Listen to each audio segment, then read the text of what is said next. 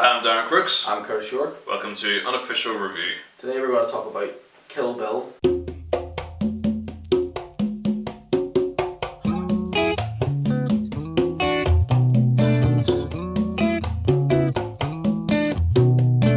Tarantino Thursdays, Tarantino Thursdays, Tarantino Thursdays, Tarantino. Tarantino Thursdays, Tarantino Thursdays, Tarantino Thursdays, Tarantino.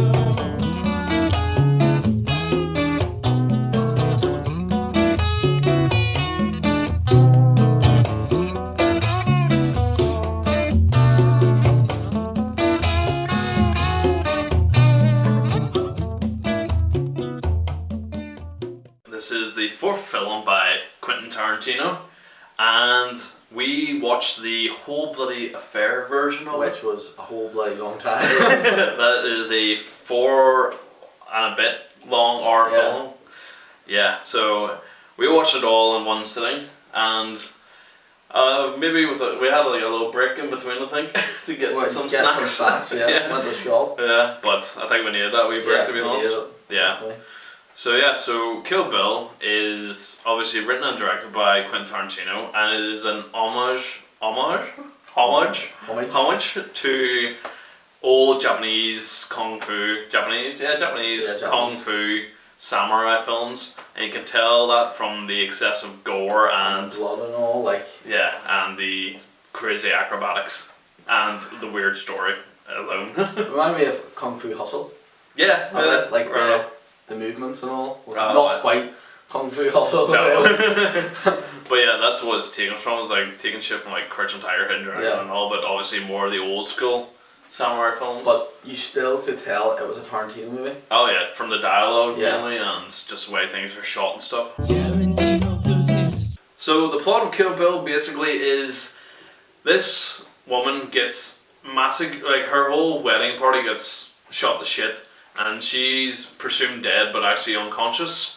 So she's in a coma for like what, 6 years? Something like that. Yeah, and Long whenever time. she wakes up, her baby that she was pregnant with is now gone. She doesn't know what the hell's going on, she just knows who is to blame. So she goes on this Rampage. She's She's a list of people she wants to kill. everybody who is part of the Deadly Viper Squad or gang, whatever the fuck they're called, they're a bunch of assassins that were the ones responsible for The massacre. the massacre. So she makes this list of those people, and at the bottom is Bill, who she thought he's the leader of the squad, and she thought he was like a mentor to her. He was a mentor to her, and she never thought he would do something like this. So that's why the film is called Kill Bill, because he is Bill, and that's who she's working her way down to. And she wants him to know that she's coming for him. Yeah, so that's why she's keeping him to the last. Yeah, and so that is pretty much the basic plot of the film. Yeah. There isn't really much else to tell. It is just super crazy and mental and out of this world. Blood and limbs everywhere. Yeah, like there's scenes where she's got like training in this weird old Chinese dude's fucking sanctuary and stuff. Like it is mental, but it's fun and it's Tarantino written all over it. Yeah. Yeah, so that's the plot. Tarantino Thursdays. Got Uma Thurman, who was in the Quentin Tarantino Pulp Fiction. Yep, I actually think that's where they came up with the idea for Kill Bill. Yeah, well, the idea of the bride anyway. Yeah. Was during the making of Kill Bill. We also have During the making of Kill Bill. the making of Pulp Fiction. There you go. We also have David Carradine. I'm probably really mispronouncing that name, but he's like, I think he was in Kung Fu, which was this TV show back in the day, and he obviously played this dude who went around and knew Kung Fu. Never really seen him before, like. Yeah, that's the only. I've seen him in random films. He's a big actor in certain ways. Genre. Yeah, but not in the mainstream, I don't think. You've also got Michael Madsen, which was also in Tarantino's Reservoir Dogs. Yep, he played Mr. Blonde, and to be honest, he's not really playing much of a different character in this film. I think that's the thing about Michael Madsen, though. Like, he's a good actor, but he's good at what he does, and he put a bit of weight on in this one, though. I think that came with the age, though, in general. And it wasn't that much later, was it? Well, 10 years? 9 years? Yes. Oh, yeah. what? It's long enough, like. Yeah, I suppose. Yeah, and anything else that he's been in has been mostly sort of schlock horror, and straight to DVD sort of films and stuff. You also have Lucy Liu, and you'll know her from like Charlie's Angels and stuff like She that. also acts in the American Sherlock Holmes Elementary. She's Watson on it. She's isn't she? Watson, yeah. Yeah, never watched it, but I know It a was bit good, about I liked it, yeah. because it's got your man in it, Johnny Lee Miller. Who also acted in... Trainspotting. Yep, but One that's and nothing two. to do with us. Nope. You also have Fafika A. Fox, if that's how you say her name. Yeah, she's like in the first film. She's the first person that gets killed off, basically. First person killed off, yeah. Yeah, and number 2 on the list. Yeah, it's done quite weird. Yeah. But You also have Daryl Hannah, and she plays the chick with an eye patch, who's quite jealous of yeah. Uma Thurman's character, pretty much. Yeah. So that's basically the main cast and crew, or not cast and crew. That's basically the main cast. There is a lot of other people in the film, but you could be here all day talking about them.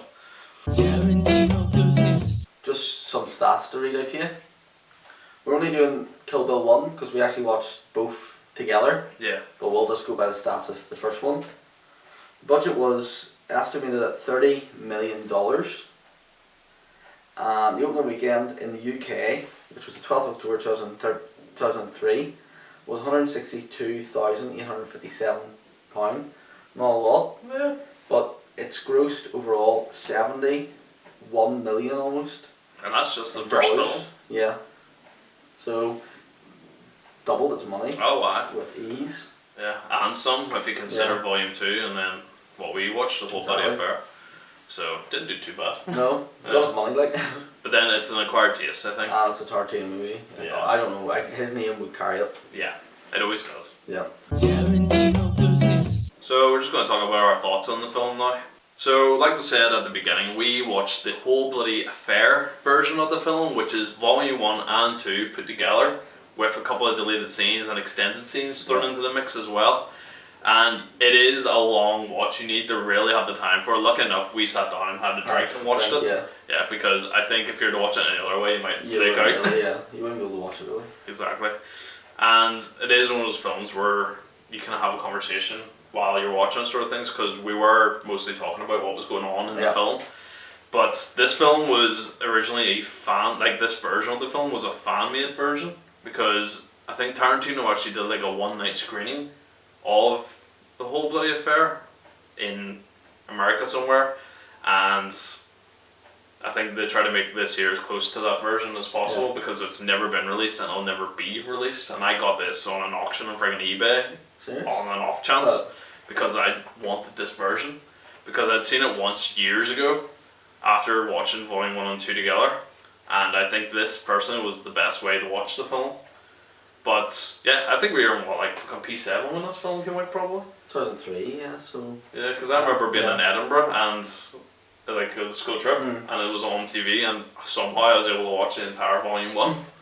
Jesus. Yeah, so that was pretty cool. And also, I'm going to talk more about the whole Bloody Fair version here quickly. In that version, the fight with the Crazy Idiot is in colour, whereas in the UK version, and I think as well in the American version, it actually turns to black and white, and there's a lot less gore, whereas this stays in colour and limbs are flying around the place, eyes are getting chucked out, fucking all sorts of shit's going on. It's a really funny scene. Yeah. So this, and it does not take itself seriously one bit. No.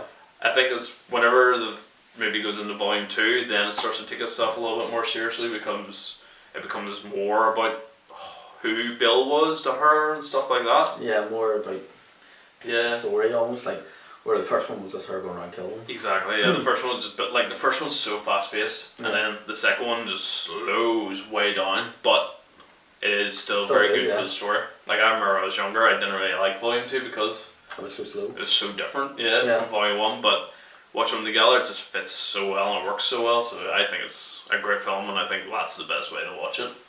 Yeah. I talked a lot there. Sorry. I'll not talk so much. For me, like, it was the first time properly watching them together. I hadn't properly sat down and watched one. I'd seen, whenever watching it again, I'd seen more than I thought I had. Yeah. I'd seen quite a bit of them. But together, like, it was really long, but it was worth it, like. Oh, wow. It really was. Did it make you like Uma Thurman as an actress anymore? I don't know what it is, like, I don't know. She wouldn't be my favourite actress. I don't know what it was. I think ever since I watched that My Super Ex-Girlfriend, Yeah. or whatever that was with Luke Wilson, I don't know, it put me right off her. I don't know why, but it just did. Yeah. Tarnished it for me. I don't say other than Pulp Fiction, Kill Bill, any other film I've seen her in, she's been really annoying. Mm. I don't know if it's just the characters she's playing or just the way she's portraying them. But Yeah. Yeah, but I think she did a good job in this anyway. She did? No, she did a really good job, like. Tarantino does this. Well, stupid question, because you already have the whole bloody affair. Exactly. Would you Not have only it that. in your collection? Yes. I actually owned volume 1 and 2 on Blu-ray before I got the whole bloody collection, and then I got rid of them too because You have the whole the bloody... only way I want to watch it is in That its way, entirety. Yeah. It's in its entirety. Big word. That's not a big Yeah, word. it is. So, what would you rate the movie? I would rate it an 8. I'm 8? going to give it a push at an 8 because I was going to say 7, but I do actually really enjoy the film. Yeah. Whenever I sit down and watch it, so I'm going to give it an 8. I was actually going to give it an 8. Yeah? Yeah. That's fair play then. Yeah. So it's a solid 8 from us, and if you want to go watch it, I would recommend you watch it as a whole bloody affair, but it is quite hard to get your hands on it. Yeah. So just stick on volume 1 and 2 together and just still have the sort of same experience anyway. But yeah, so that was our review and discussion of Kill Bill. Next time it will be Death Proof, which was part of the Grindhouse double bill. I don't think I've watched this one yet. Because you hated Planet Terror, if Yeah, I remember correctly. yeah, I don't know. It was just a bit... Yeah, but we'll get into that in the next video. Yeah, but she had a leg that shot. She literally went with her leg. It just seemed like you had like massive Yeah, like sorry. Well, diarrhea. done legs last night, so... Nah, not working.